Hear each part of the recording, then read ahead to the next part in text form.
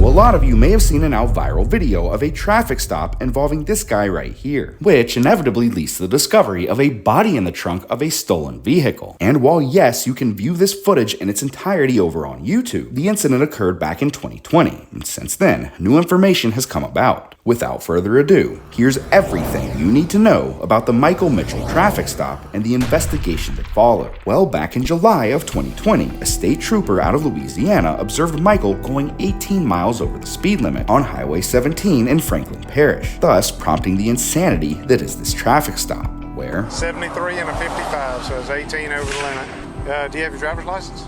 No, sir. Do you have a driver's license? No, sir. Then why are you driving? I was just Okay. going home. Do you have any weapons on you? No, sir. It's okay. I was just asking.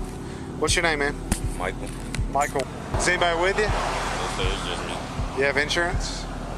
Show me your insurance. Whose car is this, man? Your big brother's?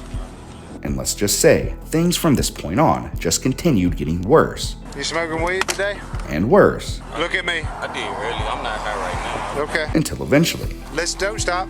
Step here. Step here to me. Is there any weed in the car? Yes or no? Just a doobie in the ashtray, like. You be honest with me, I'll be honest with you. I ain't looking for no roach. I was headed back home. Where's home? What's your address? No, stop. Come here.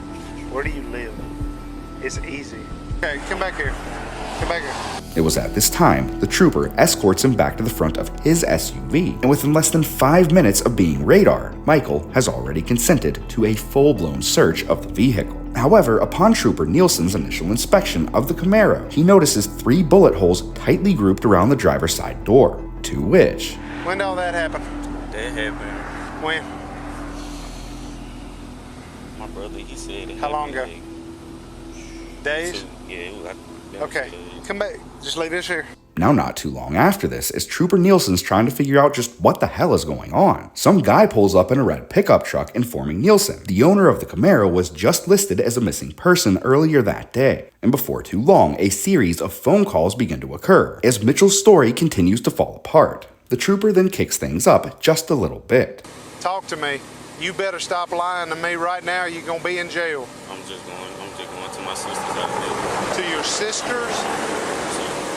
You better get some act right in you and stop lying to me, or I swear to God you're fixing to go to jail. Do you understand? Yes, sir. That's the last freaking lie you better tell me. But as shown right here by his body language, he has become much more nervous than he previously was. At any rate, Trooper Nielsen gets back into his SUV and begins to make a few more calls, trying to determine if the vehicle itself has been reported stolen. All leading up to the moment, he makes one more pass alongside the Camaro and decides to open the trunk, where unfortunately they find a deceased 23-year-old Michael Robinson stuffed inside. Now, this is one of the main sources of confusion about this case. Just to clarify, Michael Mitchell was the one driving the car, while Michael Robinson, the victim, was in the trunk. During their initial investigation, Michael stated he had just been moving the body for a friend, Cameron Powell, and although he was present at the time of this so-called robbery gone wrong, he wasn't the one who actually did it. And as time went on, it just kept changing to the point I'm pretty sure news sources just started making up stories along the way, some even going as far as to say Powell was in the car at the time of Mitchell's arrest. Regardless, both Mitchell and Powell were charged for the murder of Michael Robinson. But here's the thing. Mitchell would later redact all of his statements regarding Powell, at which point all charges against Cameron Powell were dropped. He would later accept a plea deal under the admission of guilt to a robbery gone wrong. In essence, the court determined that although yes, he had taken Robinson's life, that he did not do so with intent. Sentence: 25 years hard labor for the charge of manslaughter, which basically means for the next 25 years he will be behind bars while also performing labor-intensive jobs. So my friends and frenemies alike, we will see you on the next one.